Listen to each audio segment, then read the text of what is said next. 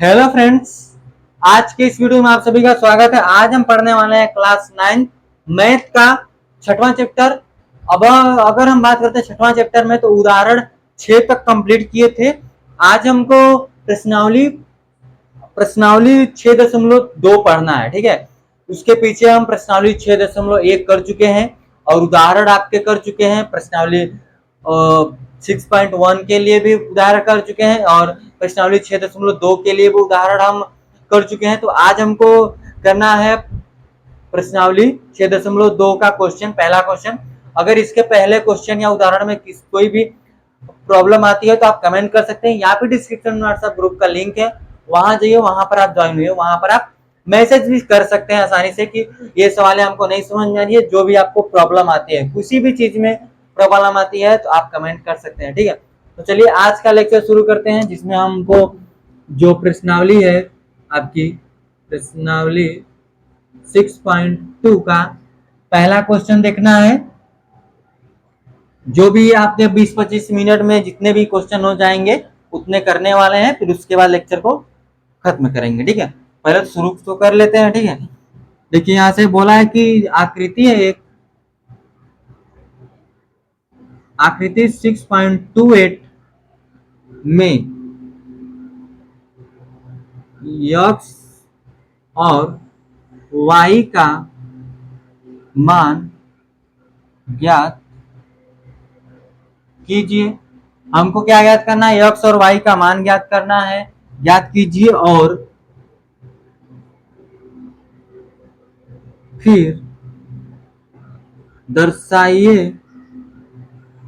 कि A B समांतर होगा सी डी। ए बी समांतर, दर्शाइए कि ए बी समांतर है सी डी है। फिर दर्शाइए कि ए बी समांतर सी डी है, जो भी है, ठीक है। यही लिखा है। पहले आकृति देख लेते हैं। आकृति इस तरह से आपकी बनाइए। समांतर है तो दो रेखाएं आपकी समांतर जाएगी। ए हो गया, ए बी हो गया, ए सी हो गया और डी हो गया। और एक इस तरह से त्रियक रेखा गई है, जो एक यहाँ पर बनी है, एक यहाँ पर। तो ए आपकी x है, ए 50 है, यहाँ पर है एक यहाँ पर है, तो ये 130 है और ये y है, ठीक है। यही हमको पूछा है, x और y का मान ज्ञात करना है। देखिए हमको जो भी यहाँ से ज्ञात करना है उसको भी ध्यान दे लेंगे। देखिए x और y का हमको मान ज्ञात करना है ना, तो पहले हल कर ले। हल करेंगे तभी तो निकलेगा। देखिए यह जो आपकी जो रेखा है, रैखिक युग्म, ये देखिए बना है जो 50 डिग्री और x एक ही रेखा पर बना है, तो यहाँ पर क्या होगा? रैखिक युग्म बनेगा, ठीक है। रैखिक युग्म बनेगा यानी कि जब ये एक ही 180 पूरा 180 होता है, इस पर इससे कट की x हो गया, ये 50 हो गया, तो हम x निकालने के लिए क्या करेंगे कि x प्लस 50 बराबर 180 डिग्री। किस तरह से? रैखिक युग्म। किस तरह से? रैखिक युग्म से। समझिए ये बात को। तो x बराबर एक डिग्री लिखेंगे, 180 डिग्री माइनस 50 डिग्री, तो x बराबर 130 डिग्री। x बराबर क्या जाएगा? 130 डिग्री आ जाएगा। अब हम यहाँ पर क्या ध्यान दे लेंगे, लिखेंगे x बराबर y किसके अनुसार? देखिए शीर्षा भिमुख कोण। x बराबर y होगा किसके अनुसार? शीर्षाभिमुख कोण के अनुसार। सॉरी, x बराबर y बराबर शीर्षाभिमुख कोण से नहीं होगा। y बराबर देखिए y बराबर 130 होगा, यह वाला, यह होगा शीर्षाभिमुख, ठीक है। यह इस शीर्षाभिमुख नहीं होगा, गलत हो गया, ठीक है। आप यहाँ पर देख लीजिएगा। देखिए पहले हम बता रहे, ठीक है। y बराबर 130 किसके अनुसार? शीर्षाभिमुख कोण के अनुसार, ठीक है। क्योंकि एक रेखा दूसरे रेखा का त्रियक काटी है, तो वहां पर जो यह और यह जो बनता है वो शीर्षाभिमुख कोण के अनुसार बराबर होता है, ठीक है। अतः देखिए लिखेंगे, अतः x बराबर भी 130 है, ठीक है। x बराबर भी 130 है, y बराबर भी 130 है, y भी बराबर 130 है। तो हम लास्ट में क्या लिख सकते हैं यहाँ पर कि x बराबर y, हम क्या लिख सकते हैं? x बराबर y। देखिए यक्स बराबर वाई किसके, परंतु एकांतः कोण से, किसके अनुसार, एकांतर कोण, एकांतः कोण से यक्स बराबर वाई बराबर होंगे। ठीक है, यक्स बराबर वाई किसके अनुसार बराबर होंगे, एकांतः कोण से। तो हम लास्ट में इसको लिख सकते हैं कि ए बी समांतर है सी डी के, ए बी समांतर है सी डी के। जब यक्स वाई मान निकल गया तो हम लास्ट में क्या लिख सकते हैं, ए बी समांतर है सी डी के, यही हमको प्रूफ करना था। बोला ना कि फिर दर्शाइए, दर्शा दिए। ठीक है, ये तो पहला क्वेश्चन हो गया। आगे हम बढ़ेंगे दूसरे क्वेश्चन की तरफ, आप इसका स्क्रीनशॉट लीजिए तब से, फिर हम इसको भी लिख लेते हैं। ठीक है, क्वेश्चन को बदलते हैं, आप इसको उतारते रहिए तो इससे।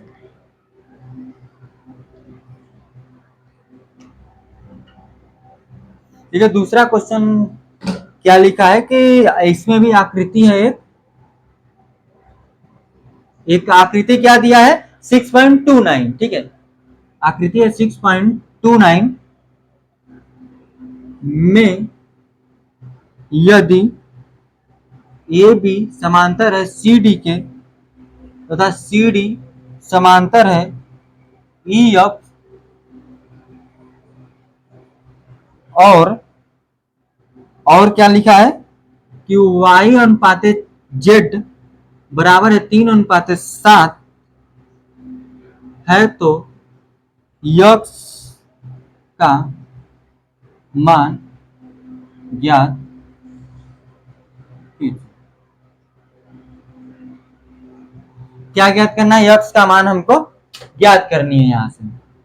ठीक है, y अनुपात z दिया है, बस हमको x का यहां से वैल्यू फाइंड कर लेना है। ठीक है, पहले तो आकृति बना लेते हैं, इसको इरेज करते हैं, पहले क्वेश्चन को हल किए हैं जो। ठीक है,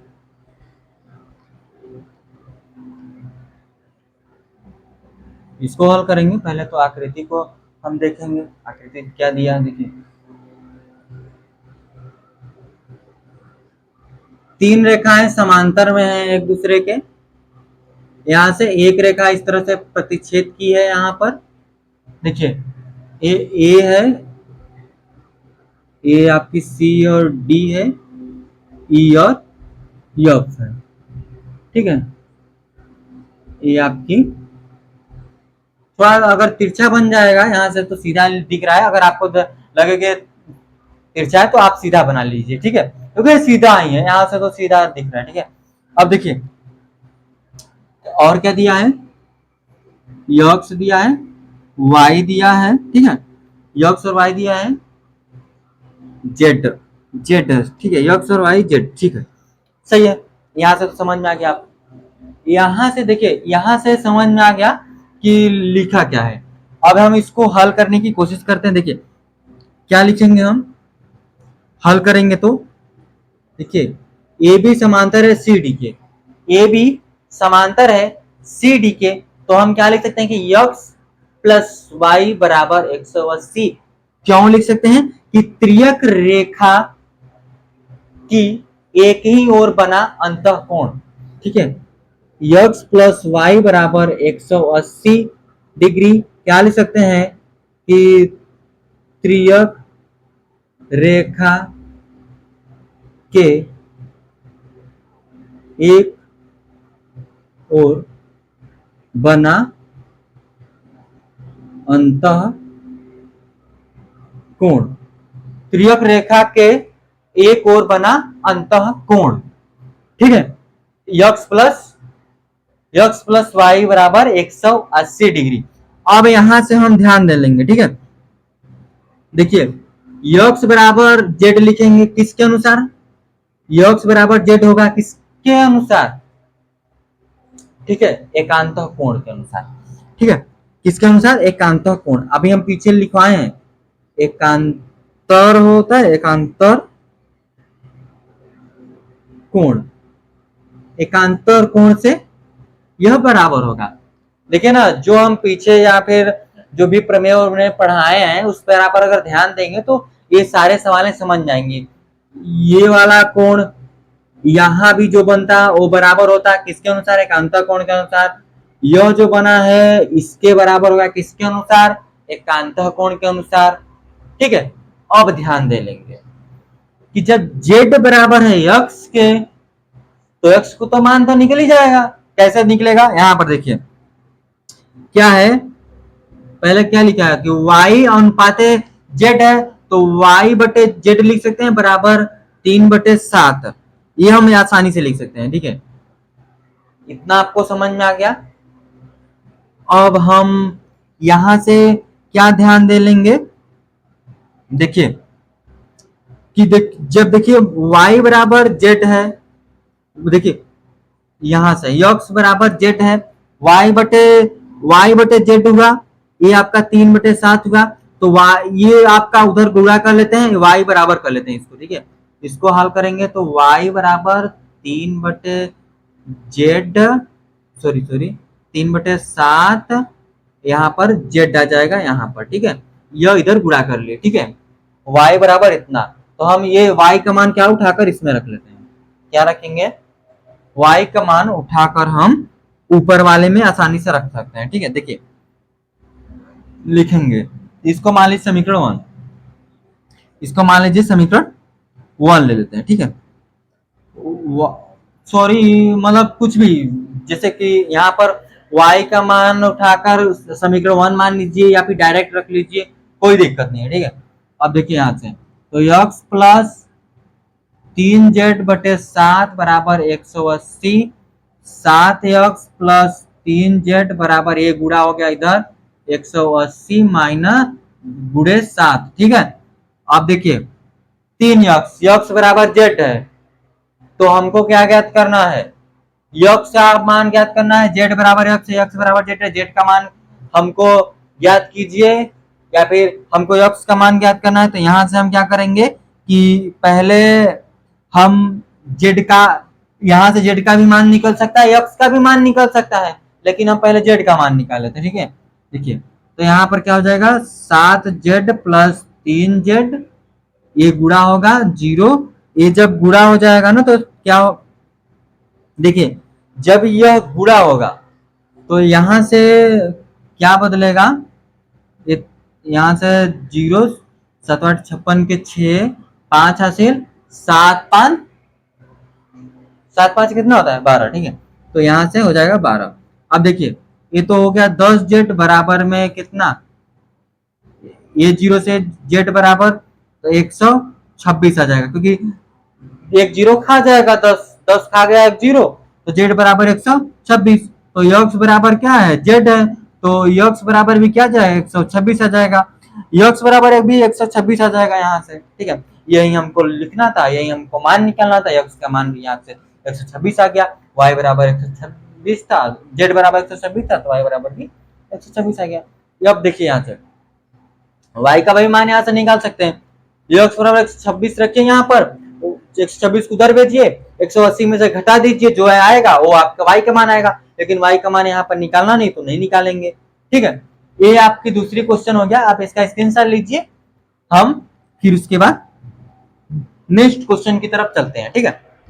ये तो आपका क्या था, दूसरा क्वेश्चन। तीसरा क्वेश्चन देख लेते हैं, यहाँ से इसको लिखते रहिए, तब से हम ये दूसरा क्वेश्चन को मिटाते हैं, आंसर अभी रहने देते हैं, अभी आप तब से लिखते रहिए, हम आगे देख लेते हैं आकृति 6.30 को।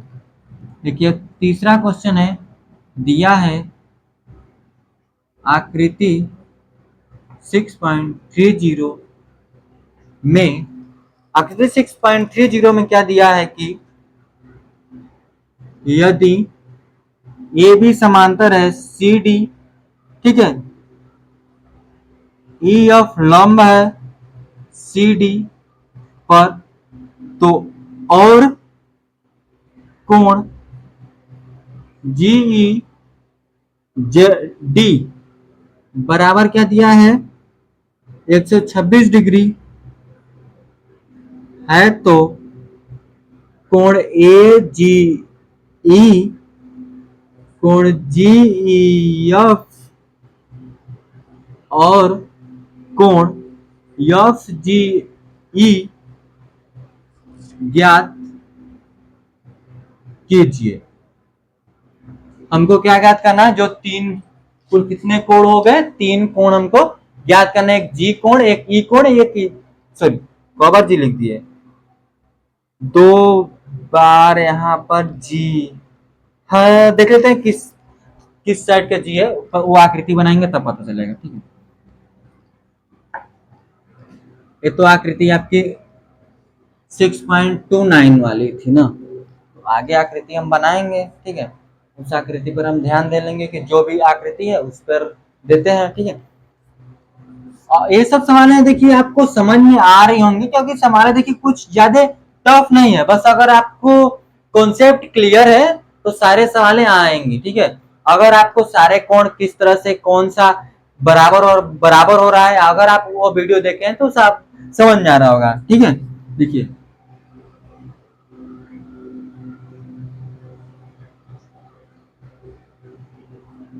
यहां से है ए है, ये बी है, ये सी है और डी है। यहां से इस तरह से है, ये इस तरह से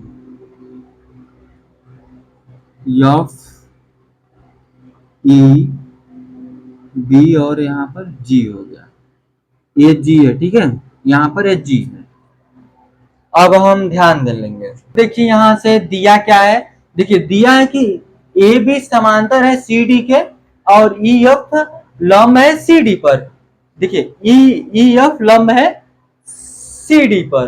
फिर उसके बाद आपका जो यहाँ पर कोण है, कोण देखिए, कोण जी ई डी बराबर 126 डिग्री है, यानी कि यह वाला कोण देखिए 126 डिग्री है।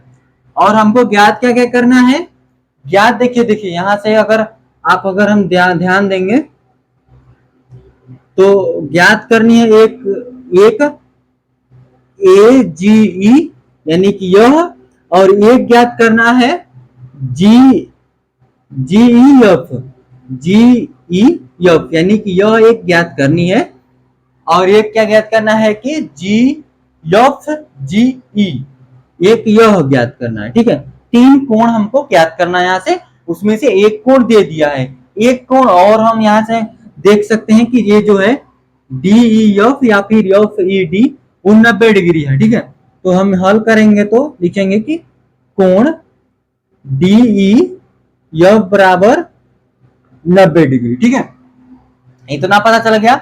अब यहां देखिए इसको निकालेंगे हम कि जी ई एफ, देखिए कोण जी ई एफ प्लस करेंगे, देखिए जी ई एफ प्लस करेंगे कोण डी ई एफ बराबर, इसमें से माइनस करेंगे हम, इस वाले कोण में से जी ई डी में से माइनस करेंगे, तभी तो जाकर निकलेगा यह वाला कोण, कौन सा, जी ई एफ।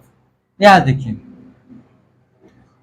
कोण जी ई एफ ये हो जाएगा 90 डिग्री, ए बराबर 126, तो कोण जी ई एफ बराबर 126 डिग्री माइनस 90 डिग्री, तो हो जाएगा 36 डिग्री।